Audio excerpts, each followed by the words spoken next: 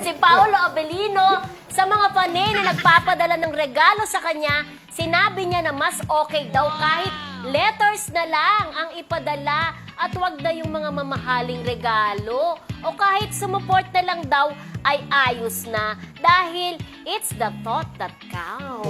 Oo. Pero So, kung ayaw ni Paolo, ibigay sa amin, di ba? Ganon. Pero di ba, ang mga fans kasi, friendship, aminin natin, natutuwa sila na nagbibigay sa mga idol nila to think na ang yayaman na naman ng mga ito.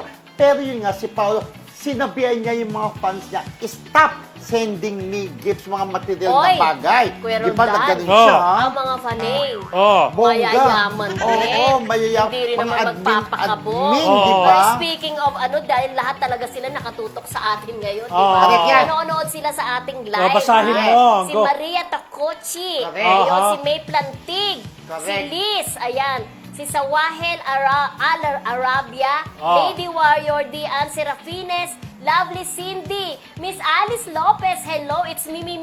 Hi, Mimi! Hello, Sabay. Lovely Cindy, at ang bago nating friend si Carmen Monas Dalolos naman yan ng taga New York. Ay, Lagi daw bongga. tayong napapanood at nawawala daw yung kanilang lungkot sa Ay, ibang Diyos ko. bansa. Naku, yung mga kaibigan natin sa New York, nagpadala tayo ng mga jacket. Mamaya, Marami sa show. ubos na po yung jacket ko. Diyos. Si Ma'am Silita ng UK. Naubos ang outfit, no?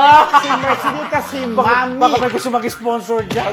Mami Amores, of Yes. course. Hi po sa lahat ng kibaw. And of course, sa kaibigan Pia natin. El. Si Pia El, di ba? Kaibigan natin si Joel, di ba? Oo, lalaki rin nanonood ng Marisol. Laki nanonood Joel naman. Peña. Correct, Joel Peña. Si Karen Martinez, Oo. di ba? Willie Ong. Si Willie Ong. Mel Martinez yan. Si Madam Mel. Mel. Yan. Lagi silang nasa lipa kasi maganda talaga ang Lipa City.